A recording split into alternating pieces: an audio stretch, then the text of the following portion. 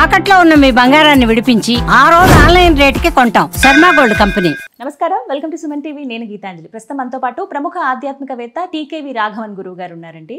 వారి గురించి ప్రత్యేకంగా చెప్పాలా, పురాణాలకి సంబంధించి కావచ్చు, లేకపోతే ధర్మ సందేహాలుగా మనం ఎప్పుడు ఏవైతే సందేహాలు మనకు ఉన్నాయి అనుకుంటామో చాలా సులువుగా అందరికీ అర్థమయ్యే రీతిలో వారి వివరణ ఇస్తూ ఉంటారు. ప్రత్యేకంగా గురువు గారికి ఇంజనీరింగ్ కాలేజెస్లో గణిత శాస్త్రాన్ని బోధించినటువంటి అనుభవం ఉంది. అలాగే 8 మంది మహాపండితుల దగ్గర శిష్యరికం పొందారు వారు. 30 ఏళ్ల అనుభవం ఉంది వారికి. ఇవన్నీ కూడా ఈ అనుభవ సారం అంతా కూడా మనం అడిగేటువంటి ప్రశ్నల ద్వారా మనకి వివరిస్తూ ఉంటారు. వారి మాటల్లో విందాం. ఇప్పుడు వచ్చేటువంటి ధర్మ సందేహాలు చాలామంది కామెంట్స్ రూపంలో వారి సందేహాలు అడుగుతూ ఉన్నారండి. ఆ సందేహాలకు సమాధానాలు ఈ వీడియోలో తెలుసుకుందాం. గురువు గారితో మాట్లాడదాం. గురుగారు నమస్కారం అండి. నమస్కారం. గురుగారు, కుంకుమ తిలక ధారణ ఏ విధంగా చేయాలి? చేయటం వల్ల ఫలితాలు ఏమిటి? అంటే కొంతమంది కుంకుమ లేదంటే తిలక ధారణ చేస్తే ఐశ్వర్యం కలుగుతుంది, అదృష్టం కలుగుతుంది అని చెప్పి, ఆయుష్ పెరుగుతుందని ఇలా రకరకాలుగా చెబుతూ ఉంటారండి. అసలు ముందుగా కుంకుమ ధారణ అంటే ఏమిటి, ఎందుకు చేయాలో వివరించండి. మనకి ఆచారాలన్నీ కూడా మూలం వేదంలోంచి, దానికి తగ్గట్టుగా పురాణాల్లోంచి, ఆగమ శాస్త్రాల్లోంచి. ఇప్పుడు కొత్తగా మనకి స్వాతంత్రం వచ్చిన తర్వాత ఇతర దేశాలు వెళ్ళొచ్చి ఇంగ్లీష్ వాళ్ళు చదివి అక్కడి నుంచి సంస్కృతంలో ఉన్న పదానికి కొత్తగా మాట్లాడతాయి. యోగా అంటాం. పాపం యోగా అని లేదు ఇక్కడ, యోగా అని ఉంటుంది ఎక్కడైనా. ఆ మధ్య నేను ఒక చోటు పెడదాం అనుకున్నా, చూసుకో కాసుకో యోగా అని చెప్పి. ఇలాంటివి అలవాటైపోయాయి. కనుబొమ్మల మధ్యని ఫలానా కేంద్రం ఉంటుంది, దానికోసం బొట్టు పెట్టుకోవాలి, ఇలాంటివన్నీ కొత్తగా వచ్చాయి. పాపం మీకంటే ముందున్న వాళ్ళు వందలాది మంది ఋషులు కుంకుమ ఎందుకు ధరించాలో చెప్పారు. పురాణాల్లో చెప్పారు, కథల రూపంలోనూ అంతా కూడాను. ఆఖరికి ఒక తమాషా ఉంది. ద్రౌపదీదేవి పుడుతున్నప్పుడు ఆ తండ్రి ఆ చేత్తో పట్టుకు ఇలా లాగాడు అగ్నిలోంచి. ఆవిడ అగ్నిలోంచి పుట్టింది కదా ద్రౌపది, లాగాడు పక్క. పట్టుకోవడంలో చేతిలో ఉన్న ఈ గరిటె ఉంటుంది కదా, నేతి గరిటె, ఆ నేతి చుక్క ఆవిడ కాలుతోంది, ఎగిరి ఆవిడ కనుబొమ్మల మధ్య పడింది, మచ్చ ఏర్పడింది. ఆనాటి దేశంలో నుదుటి మీద మచ్చ ఉన్న ఒకే ఒక్క స్త్రీ ద్రౌపది మాత్రమే. అందుకనే అజ్ఞాతవాసానికి వెళ్ళేప్పుడు దౌమ్యుల వారు చెప్పారు, ఆ మచ్చ కనిపించకుండా పెద్ద బొట్టు పెట్టుకో.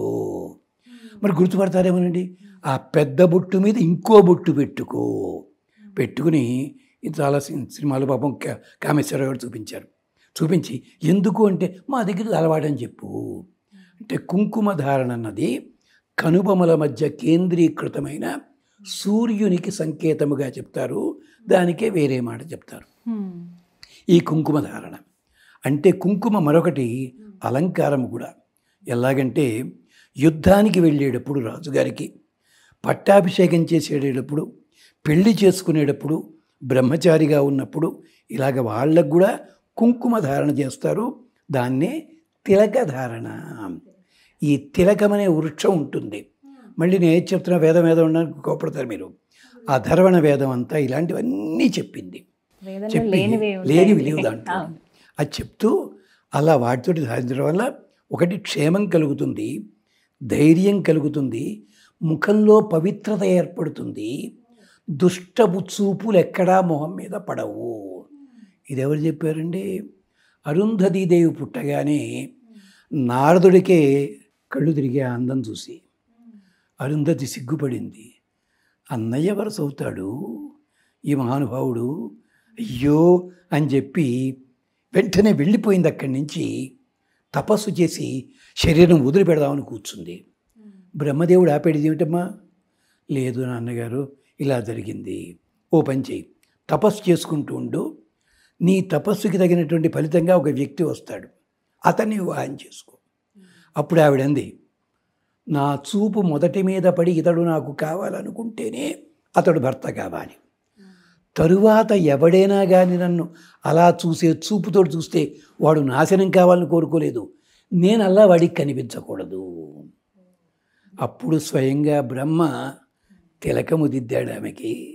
నీకు ఇబ్బంది లేదు తల్లి, అందుకనే వశిష్ఠుడు వచ్చాడు, వివాహం చేసుకున్నాడు, పిల్లలు అరుంధతి నక్షత్రం ఎందుకండి పని లేక, ఇందుకోసం తిలక ధారణ వెనకాల ఇంత విశేషం ఉంది. అరుంధతీదేవి నారద పురాణంలో పద్మపురాణంలో ప్రత్యేకించి తిలకధారణ వైభవాన్ని చాలా గొప్పగా చెప్తుంది. అంచేత తిలకం ఎలా ధరించాలి అంటే దానికి స్మృతి గ్రంథాలు చెప్పాయి. అనామిక శాంతిదా ప్రోక్త. అనామిక అంటే వేలు లేనిది ఉంగర పేరు కదా, అనామికతోటి. మధ్యమ ఆయుష్మతి, మధ్య వేలుతోటి పెడితే ఆయుష్ పెరుగుతుంది. అంగుష్ట పుష్టిదా ప్రోక్త, చిన్నపిల్లలకి పెట్టేటప్పుడు, పెళ్లి కూతురు పెట్టేటప్పుడు ఇలా ఈ అంగుష్టంతో ఇలా పెడుతుంటారు అన్నమాట. అంటే పుష్టిదా అంటే తర్జని మోక్షదాయని.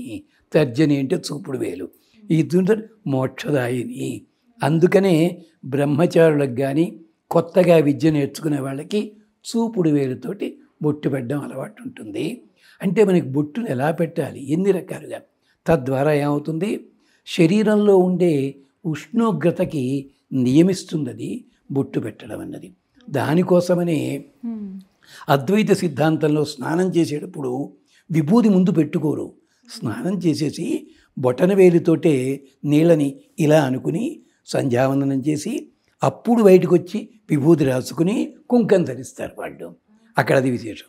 వైష్ణవ సిద్ధాంతంలో మొదట పెట్టుకుని కుంకుమ ధారణ చేస్తారు. ఇన్ని అర్థాలు ఉన్నాయి. ఇది మనకి ప్రత్యేకించి ముస్లింల కాలంలో ఈ బొట్టు పెట్టుకోవడంలో తేడాలు వచ్చాయి. చేత ఈ బొట్టు చూస్తే వీళ్ళు హిందువులని గుర్తుపడతారు వాళ్ళు. దానికి తగ్గట్టుగా అప్పటి నుంచి బొట్టు సైజుల్లో తేడాలు వచ్చాయి, పెట్టుకోవడంలో తేడా వచ్చింది. ఆఖరికి ఒక 40 ఏళ్ల కిందట వరకు కూడా 50 ఏళ్ల కింద ఇక్కడ కూడా బొట్టు చుక్కొట్టి ఇక్కడ పక్కన పెట్టుకుంటుండేవారు, కాటుకు కానీ ఇది కానీ. అంటే ఎందుకని, దృష్టి దోషం పోవాలని చెప్పి. అంతేకాదు ఈ బొట్టు పెట్టుకున్నట్టయితే దుర్మార్గపు లక్షణాలన్నీ కూడా తొలగిపోతాయి. మరి వినేవాళ్ళు కోప్పడతారేమో తెలియదు. ఆడవాళ్ళు ఒకప్పుడు అమ్మాయి నిద్ర లేవగానే అద్దం ఇలా చూసుకునేది. ఏమవుతుంది, రాత్రి ధరించిన బొట్టు కొంచెం ఇలా పక్కకి జారి ఉంటుంది. అంటే క్షేమం ఉంది, భర్తతో ఆనుకూల్యం ఉందని గుర్తు అన్నమాట అది. అందుకోసం అని చెప్పి ఇన్ని అర్థాలు ఉన్నాయి. ఇది విశేషం. మీరు అలాగే బొట్టు గంధం కొంతమంది ధరిస్తారండి, అవి కూడా ధరించవచ్చా అండి? ధరించవచ్చు. గంధం కూడా ఈ గంధము ధరించడం ఎక్కడిది, ఉత్తర హిందూ దేశం నుంచి వచ్చింది మనకి. గంధం ఇక్కడ సాధారణంగా కంఠాన్ని ధరిస్తాం, ఇక్కడ మాత్రమే. కానీ కొంతమంది ఇలా తిలకంగా కూడా పెట్టుకుంటారు, బొట్టు పెట్టుకున్నట్టు అందరూ. ఇప్పుడు మనకి ఇన్ని రకాల బొట్టు బిళ్ళలు కావచ్చు, ఇవన్నీ వచ్చాయి కదా గురువు, కొత్తగా వచ్చాయి. కానీ కుంకుమ చాలా శ్రేష్టం. అందుకని కుంకుమ భరణి అంటారు దాన్ని. దానికి వేరే కొత్త పేరు ఏం పెట్టలే. ఖచ్చితంగా అందరూ ధరించవలసిందే రోజు. ఆఖరి కుంకుమ రాగా చూడే అని చెప్పి వారు కూడా పేరు దేవునికి. అవును, చక్కగా వివరించారు. ధన్యవాదాలు గురువు గారు. నమస్కారం.